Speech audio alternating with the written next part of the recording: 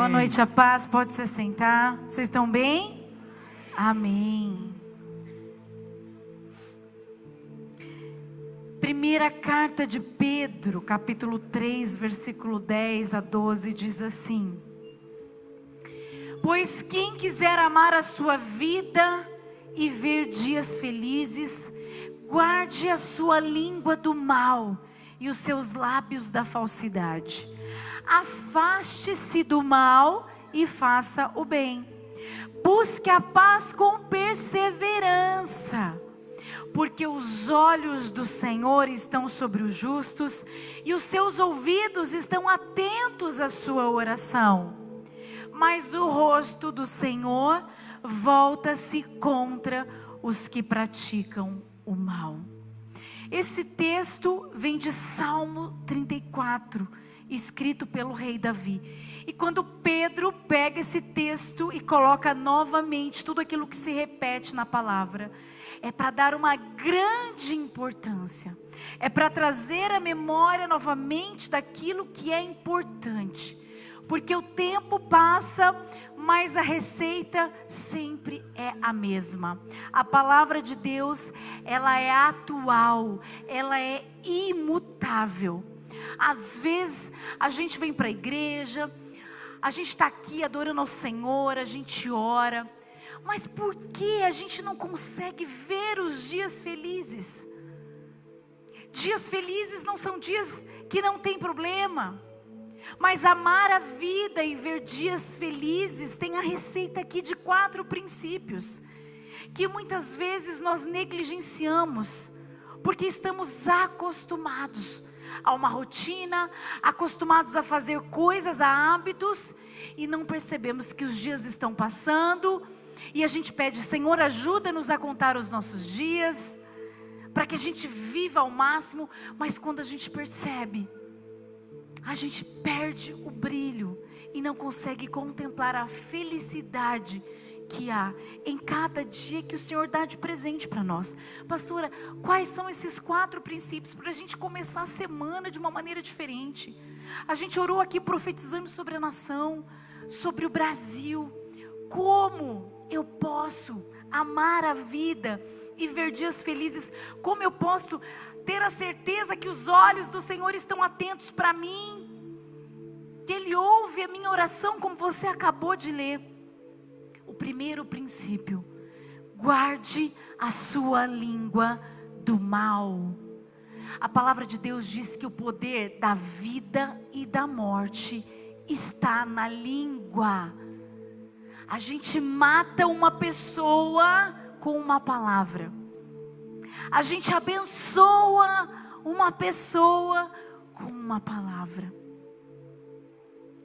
Como é importante a gente ser parteiro, ter palavras que geram sonhos, gestações de sonhos.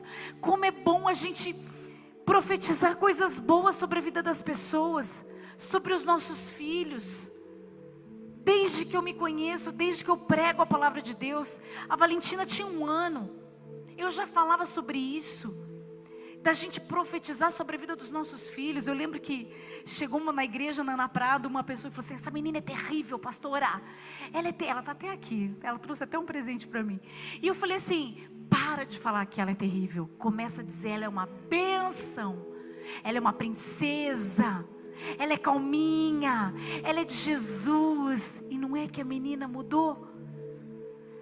Todo o poder está na língua. Quando a gente começa a dizer, quando a gente começa a profetizar coisas ruins, elas realmente acontecem. Mas quando a gente começa a abençoar a vida das pessoas, quando a gente começa a dizer: eu creio por você. Quem fala comigo no particular sabe que muitas vezes quem perde a fé: eu creio por você. Eu falo, eu acredito no que Deus disse a seu respeito.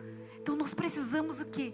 Usar aquilo que Deus nos deu para abençoar, para alavancar as pessoas, para impulsionar pessoas.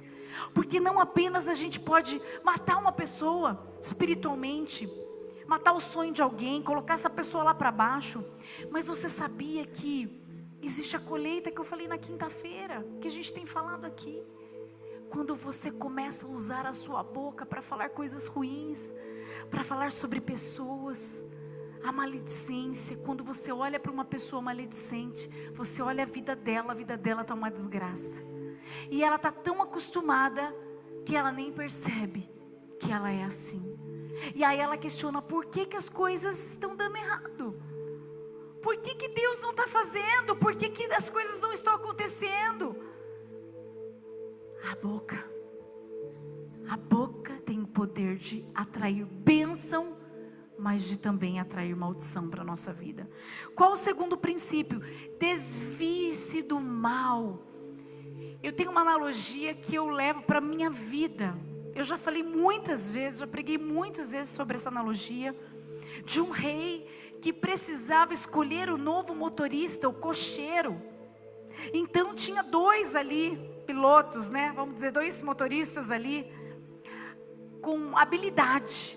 Então, eles foram fazer a prova ali para o rei, ver se contratava, qual dos 2 ele ia contratar. Então o primeiro mostrou muita habilidade, né? Ele ia perto das pedras, dos barrancos, e mostrava que ele era muito bom. Ele era muito bom em desviar, ele era muito bom, ele corria bastante. Então assim, se o rei tivesse pressa, podia contar com ele, porque ele era o cara. Aí de repente veio um outro, tranquilo, prudente, se desviava das pedras, ficava longe dos barrancos, dos precipícios, ia com calma. Quem você acha que o rei ia escolher para proteger sua própria vida? O prudente, o que se desviava do risco, o que se desviava do mal, passava longe do perigo.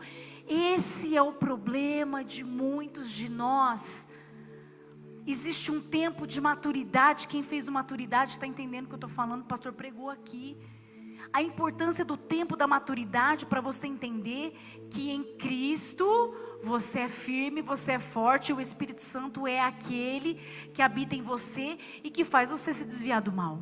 O problema é que às vezes a gente, entrega a vida para Jesus, desce as águas, e aí a gente continua colocando a nossa vida em risco, a nossa vida espiritual em risco. Por quê? Porque a gente acha que pode dominar a nossa carne, porque a gente acha que a gente tem o controle da situação. Quantas e quantas e quantas e quantas vezes a gente escuta: eu sei a hora que eu paro. Não, eu sei a hora certa de parar. Aí eu não paro porque eu não quero. A pessoa está se enganando, porque quando ela se coloca em risco, ela pode sim colocar a salvação, ela pode colocar a vida espiritual dela em risco. Não coloque o seu coração, desvia o seu coração do mal. Não coloque em risco o seu casamento. Cuidado, desviar do mal, desviar da aparência do mal, daquilo que a gente acha que não tem nada a ver. Jovem, desvia a sua vida com Deus, a sua santidade do mal. Não pensa você que você dá conta. A Bíblia diz: desvie do mal. Então nós precisamos ser prudentes, porque o diabo anda ao redor, esperando uma brechinha, uma coisinha para entrar e destruir. Aí já foi, aí já era. Aí tem que vir para restauração, para reconstrução. Por quê? Porque ficou brincando na beira do abismo. Porque ficou achando que tinha o controle. Desvie-se do mal. Guarde a língua do mal. Desvie-se do mal. Faça o que é certo. Faça o bem.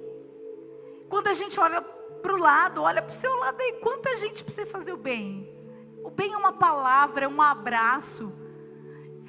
É dar alívio para quem precisa de alívio. Se você pode ser generoso, se você sabe que essa pessoa está precisando. É a gente ser igreja. É a gente ver o outro como irmão. Nós somos o corpo. Mas eu escrevi uma frase que diz assim: a decisão de fazer o que é certo deve seguir a decisão de parar de fazer o que é errado. Eu vou ler de novo para você captar. A decisão de fazer o que é certo deve seguir a decisão de parar de fazer o que é errado. Não basta querer fazer o certo e continuar fazendo o errado. Você precisa começar uma coisa e parar a outra. Se você quiser amar a sua vida e ver dias felizes. Se você quiser que o Senhor, que os ouvidos dele estejam atentos à sua oração. E para a gente terminar, busque a paz. E ele diz aqui, com perseverança, ou seja, com firmeza, sem desistir, sem esmurecer, sem desanimar. Busque a paz. Seja aquela pessoa que joga água na fogueira, que está todo mundo falando, que está todo mundo vendo o lado ruim da situação. Venha com o lado bom, venha com a palavra branda, seja um apaziguador. A Bíblia diz que do que depender de nós, que a gente deve ter paz com todas as pessoas. Mas às vezes a gente está tão inflamado com o que a gente vê na internet, com a rede social, com as pessoas, com esse momento que nós estamos vivendo. Tanta coisa deixa a gente mal. E isso é uma armadilha. Que você tenha a resposta para aquelas pessoas que buscam Jesus. Que você seja a resposta. Que você viva Cristo. Como que a gente consegue ter a paz que excede todo entendimento? Quando a gente se relaciona com Deus. Quando a gente tem um relacionamento com o Espírito Santo. Quando a gente fala, Senhor, eis-me aqui. Eu quero ser um apaziguador. Eu quero levar paz por onde eu passar. Eu quero ter bons olhos, como o pastor pregou esses dias. Eu quero ter bons olhos. Eu quero fazer a diferença. Então você tem que ser um seguidor de Cristo, sendo igreja, sendo parecido com Ele, para que você realmente faça a diferença, num tempo onde as pessoas estão agitadas, onde as pessoas estão cada vez mais olhando para elas, onde as pessoas estão cada vez mais colocando o seu posicionamento. Não queira ter razão, pode ter certeza que se você for um apaziguador, Deus vai te recompensar.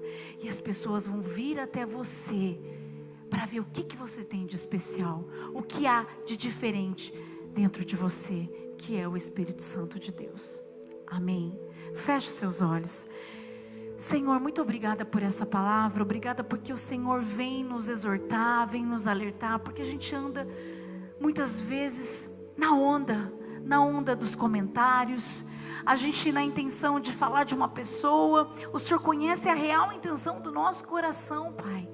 Espírito Santo, incomoda cada um aqui nessa semana, para que guarde a sua língua. Coloca trava na nossa boca, para que a nossa boca fale apenas o que é bom, o que é saudável, fale o que é bênção na vida das pessoas. Que através da nossa boca sonhos sejam gerados, profetizados, Pai. Que através da nossa boca há vida e não maldição. Pai, no nome de Jesus, eu sei que cada um aqui, o Teu Espírito Santo já falou com cada um. Desvia o olhar do mal, os pés. Ninguém vai aonde o Senhor não mandar ir, respaldado pelo Teu Espírito Santo. Nós temos que nos desviar do mal, a não ser que haja uma ordem do Senhor, uma equipe de intercessão, se é para algo que o Senhor tem. Se não, Pai, desvia os Teus filhos, Pai. Traz clareza, tira as vendas dos olhos, Pai.